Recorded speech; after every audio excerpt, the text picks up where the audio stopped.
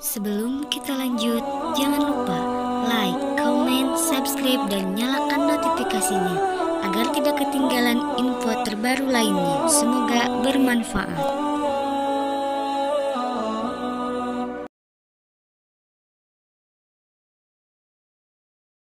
Jikalau itu dibangun berdasarkan logika, maka ada dua kemungkinan. Kalau kita paksakan dengan logika, karena agama, banyak bagian daripada agama tidak bisa terselesaikan dengan kemampuan logika manusia. Banyak yang tidak bisa. Kalau kita paksakan pasti tidak bisa. Kalau saya mau dengan segala keterbatasan dan kebodohan saya coba menjelaskan tentang apa yang saya mengerti tentang Quran. Teman-teman dari Muslim bisa tersinggung dengan saya, karena keterbatasan yang tidak mengerti saya. Kemudian saya membahas itu, teman-teman Muslim bisa marah sama saya, karena saya membahas Allah yang disembah oleh orang-orang Muslim, kemudian banyak yang tidak masuk dalam logika saya. Kemudian saya pertanyakan, bisa terjadi satu, bukan lagi penghargaan tapi pelecehan. Kalau salah diungkapkan, kalau diungkapkan benar akan menjadi baik. Nah, kalau kita mau berangkat dari titik itu, saya mau percaya, kalau mau berangkat, kitab ini kita singkirkan, kita pakai Quran, kita bicara. Atau sebaliknya, kita singkirkan kitab itu, kita pakai ini, kitab ini, kita bicara ini mutlak benar.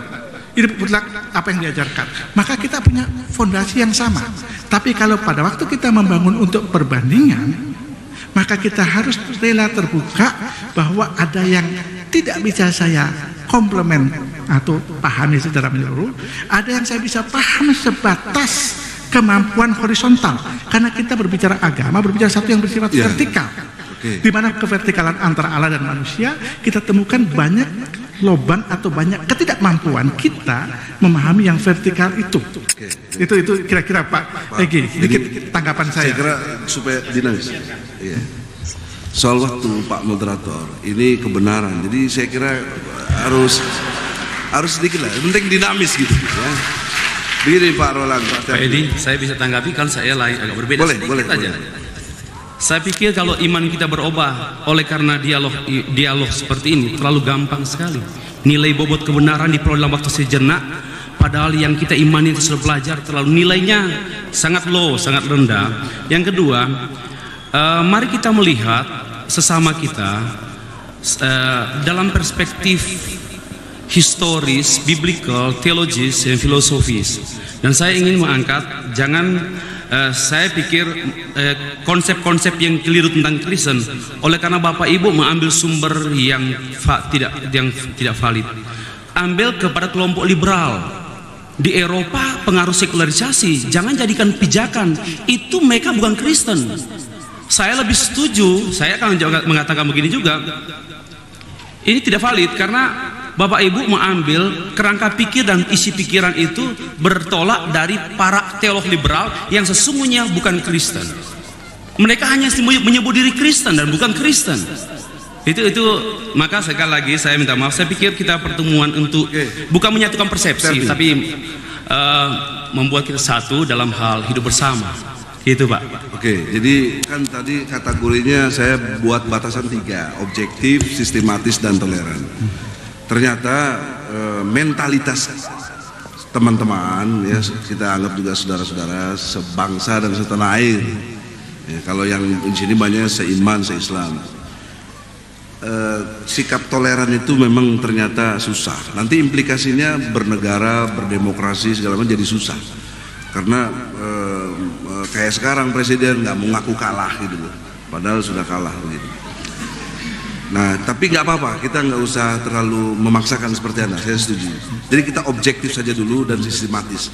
Nanti apakah mau toleran, itu hati nurani kita masing-masing lah ya, pilihannya. Oke.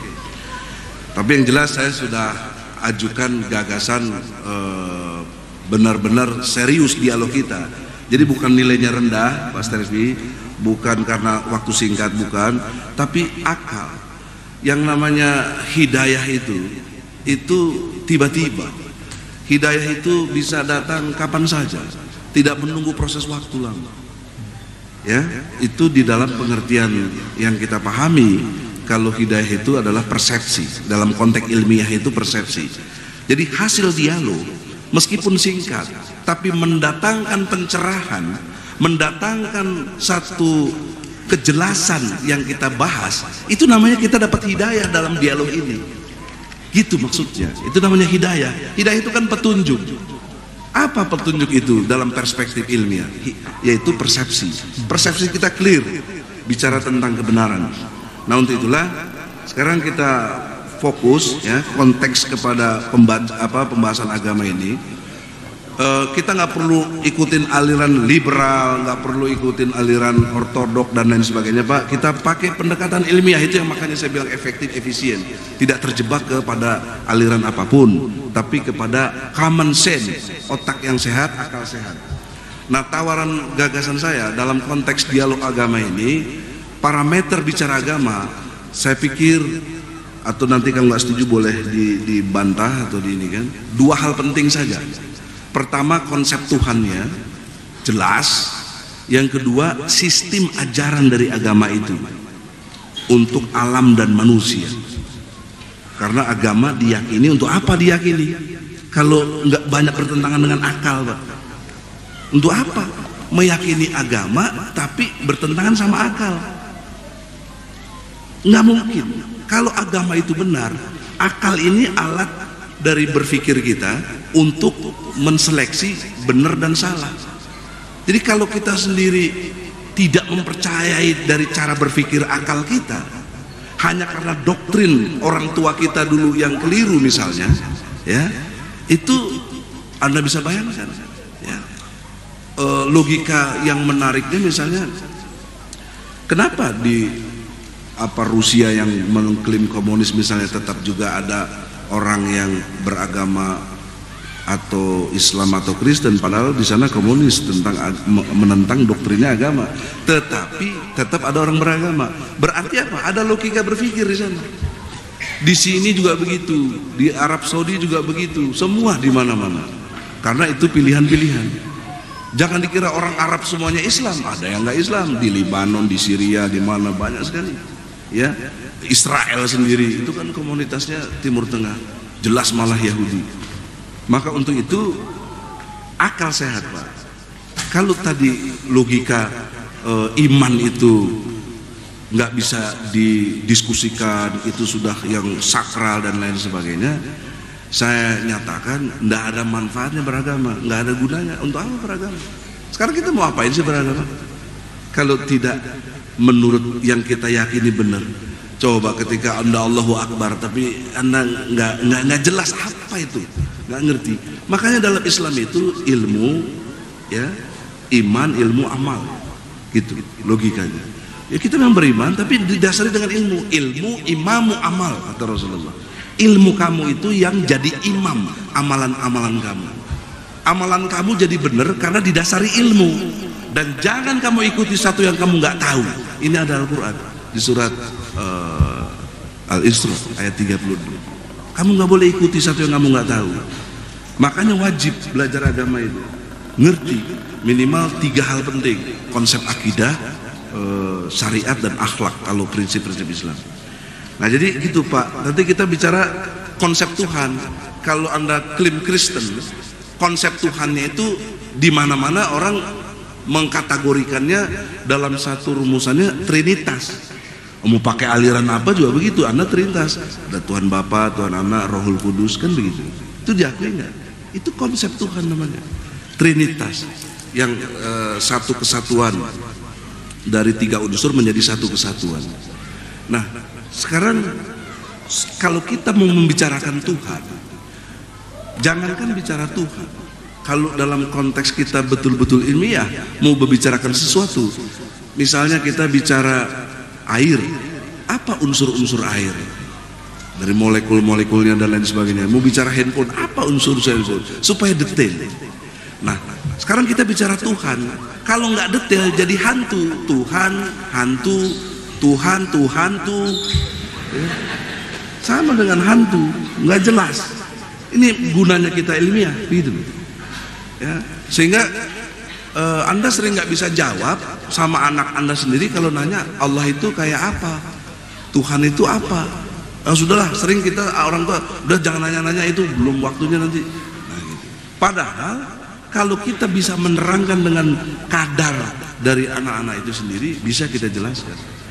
Nah, kategori untuk bisa disebut Tuhan, batasannya yang pertama absolut.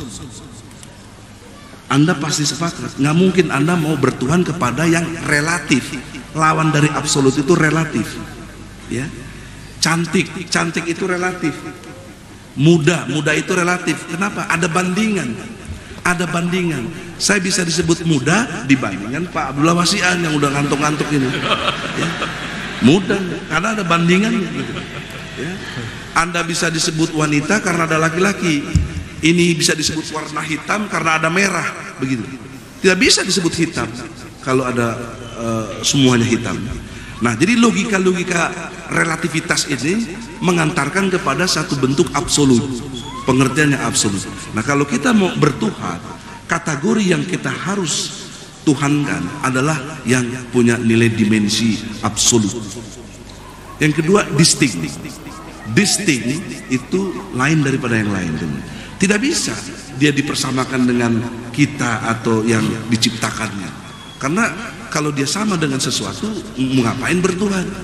Masa Tuhan gondrong, kan lucu Tuhan gondrong, ya, ya. Atau nggak pakai baju dan lain sebagainya. Jadi perbincangan, jadi logika jadi susah gitu, ya. Atau kalau yang Hindu Buddha pakai patung-patung representasinya. Karena siwa perusak digambarkan tangannya banyak karena merusak, begitu. Brahmana karena baik senyum, kan jadi relativitasnya itu luar biasa, begitu. Tuhan menjadi tidak distinct, menjadi sama dengan yang lain, jadi nothing sesungguhnya. Ini logika. Kemudian ketiga, dia harus unik. Unik itu sama dengan satu-satunya, nggak bisa. Ini tidak unik. Kenapa tidak unik? Karena ada yang lain yang bisa sama dengan ini. Ini juga tidak unik, ya. Moderator juga tidak unik, yang pakai jenggot-jenggot gini banyak.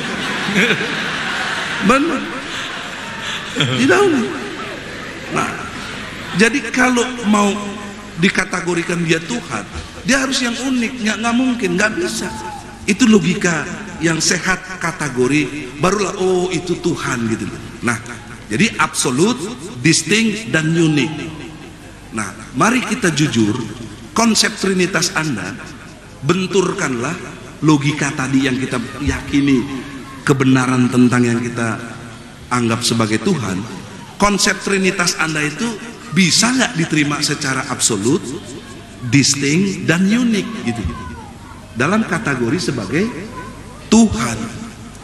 Kalau nggak bisa, untuk apa kita bertuhan kepada yang relatif seperti itu? Untuk apa coba lu mikir? Nah, ini menurut sejarah konsep Trinitas itu, yang saya pahami, mungkin saya keliru, tolong luruskan saya, itu buatan Santa Paul, ya, di Damaskus. Memang dia hidup bersamaan dengan masanya Nabi Isa, kalau versi kita Nabi Isa, ya, atau menurut Anda Yesus Christ, ya. Tapi dia tidak pernah bertemu, ya, dalam konteks sejarah kehidupan Santa Paul. Dialah yang membuat konsep Trinitas ini, Tuhan Bapa. Kemudian diikuti oleh kaum gereja di Swiss sebelah barat. Pernah ada konsili istilahnya, Pak, ya, di Efesus juga, kan begitu, tahun 325 atau berapa, mudah-mudahan pas begitu. Itu rumusan disebut Trinitas Yesus Kristus sebagai Tuhan pada saat konsili itu. Jadi Yesus dinamakan Yesus sebagai Tuhan itu hasil kongres, gitu, hasil musyawarah, gitu. Hasil kongres, namanya apa nih Tuhan kita? Yesus. Itu di kongres itu, saudara-saudara. Kalau dalam konteks sejarah yang kita baca di dalam kehadirannya, karena kalau konteksnya ansih Nabi Isa, dia membawa Injil, dia mengimani Allah, ya. Makanya Anda masih juga nyebutnya Allah, ya Allah. Kenapa? Yang absolut, distinct, dan unik, ya. Itulah jarak waktu antara Rasulullah dan Nabi Isa, 600 tahun kurang lebih.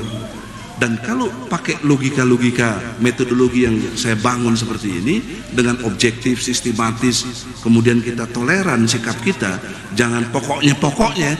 Kalau pokoknya itu preman, satpam dan tentara pada umumnya atau polisi, pokoknya. Tapi kalau orang intelek, orang yang berakal, oh iya, dikasih tahu tuh ngerti gitu, ya.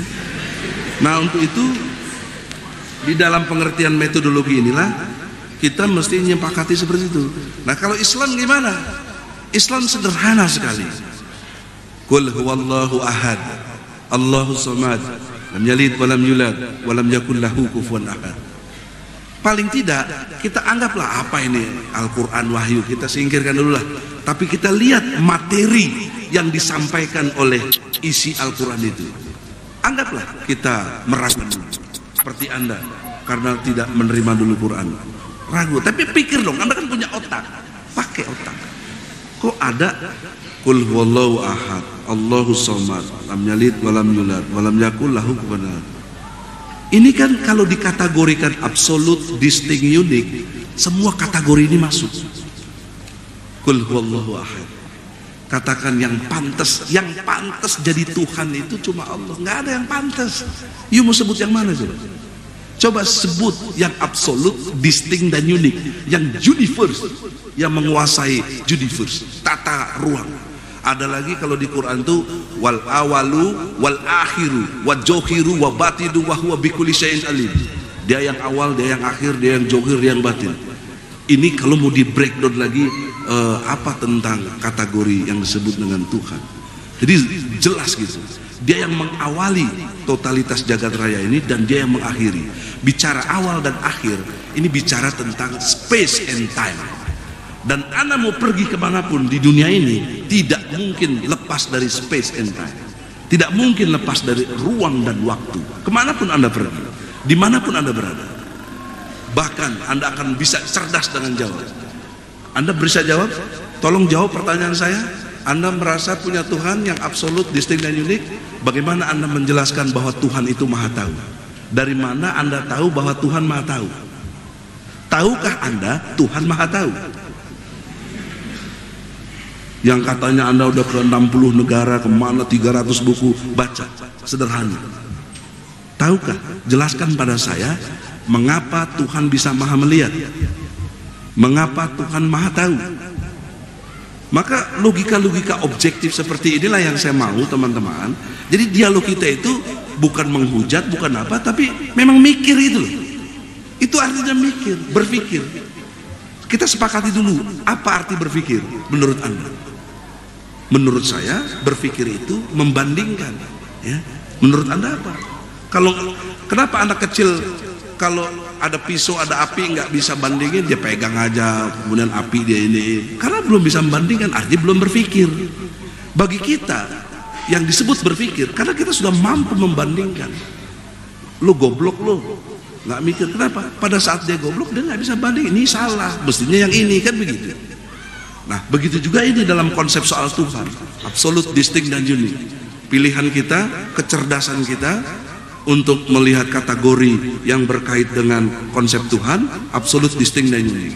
Kita lihat masing-masing agama. Kalau Hindu, Trimurti, dan Trimurti itu diwakili oleh peristiwa budaya Gorinda Das yang membawa Trimurti itu, dan dia bergantung kepada budaya setempat. Makanya Hindu di India dengan Hindu di Bali berbeda amat sangat. Di India misalnya sapi sangat diagungkan, di Bali sapi dipotong jadi kornet gitu. Itu karena memang lokalisasi budayanya, daya seratnya. Tapi konsep Tuhannya Trimurti. Sang Yang Widi ketika mencipta sebagai Brahma, Sang Yang Widi ketika merusak sebagai Siwa, Sang Yang Widi ketika memelihara sebagai Wisnu. Itu Trimurti. Kalau Buddha malah tidak punya konsep Tuhan. Buddha hanya pikiran-pikiran dari Siddhartha Gautama. Tidak ada konsep Tuhan Buddha. Anda boleh tanya sampai kapanpun, sampai kata orang Jakarta, sampai pale ente botak bekutil, tidak ketemu konsep Tuhan di Buddha. Enggak ada. Sebaliknya kalau Hindu sampai kapanpun Anda nggak pernah ketemu siapa pembawa ajaran pertama Hindu, nggak bakal ketemu. Siapa pembawa ajaran Hindu? Nggak ada. Itu proses budaya, gitu. Kalau Buddha tidak punya konsep Tuhannya. Dia cuma kepada sampai nirvana. Ya, bagaimana sampai ke nirvana yang dilakukan oleh Siddhartha Gautama. Nah, kalau yang Kristen ya sampai terpecah-pecah sedemikian rupa, ada banyak aliran-aliran, nanti aliran mana harus jelas itu. Apa Metodis, apa kalau di sini ada HKBP karena dari Batak ya, dan lain-lain. Di Jerman nggak ada HKBP karena nggak ada Batak misalnya kan. Macam-macam. Itu dalam konteks konsep Tuhannya Trinitas, begitu. Itu konsep Tuhan Trinitas. Nah, kalau Islam tauhid jelas. Qul huwallahu ahad, Allahus somad. Semua bergantung kepada Allah. Semua relatif. Ya, semua bergantung kepada Allah. Lam yalid walam yulad walam yakul lahu kufuwan ahad. Dia distinct. Dia tidak sama. Dia tidak diperanakan dan tidak memeranakan. Itu distinct namanya. Dan dia satu-satunya, unik. Nggak ada yang lain. Inilah makanya disebut, nih yang bukan kiai-kiai juga belum tentu tahu deh mana kiai yang sok-sok kiai ya. Kenapa namanya surat Al-Ikhlas tapi tidak ada satupun kata ikhlas dalam surat itu? Belum tentu tahu, ngajinya belum tamat, belum sampai ya. Ini nggak diajarin di pesantren-pesantren, belum tentu. Bukannya kita ini Pak harus tadi, bukan saya merasa so tahu istighfar, tapi kita mau mendemonstrasikan betapa akal sehat itu, kecerdasan itu menyelesaikan masalah. Jelas bisa dengan cara kita, asal kita tadi sikap yang ketiga. Makanya mau nggak toleran kita. Kalau kita keliru, oh iya saya keliru. Bahasa Islamnya istighfar, oh iya aku ikutin kau yang benar. Begitu. Nah, kembali ke fokus konsep Tuhan. Jadi di dalam pengertian ini Islam menjawab dengan jelas konsep Tuhannya dengan surat Al-Ikhlas. Kalau mau dijabarkan lagi, Anda bisa baca ayat-ayatnya, bisa saya runtuh, sudah ada tulisan-tulisan saya tentang itu juga ya, untuk lebih detailnya, tapi tidak pada tempat seperti ini. Kemudian yang kedua, agama setelah kita yakin oh Tuhannya jelas, konsep Tuhannya jelas. Dari mana Tuhan konsepnya seperti ini? Kita tidak mungkin kenal Allah kalau tanpa Muhammad. Tidak mungkin. Jadi mesti ada yang menyampaikan. Mereka tidak mungkin kenal Kristen kalau tidak ada yang disebut Yesus Kristus yang diyakini.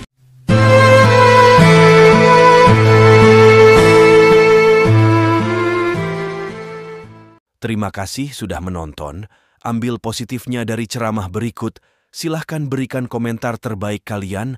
Jangan lupa subscribe bagi yang belum. Berikan like jika suka. Dan bagikan link videonya ke seluruh media sosial yang kalian miliki. Terima kasih. Assalamualaikum warahmatullahi wabarakatuh.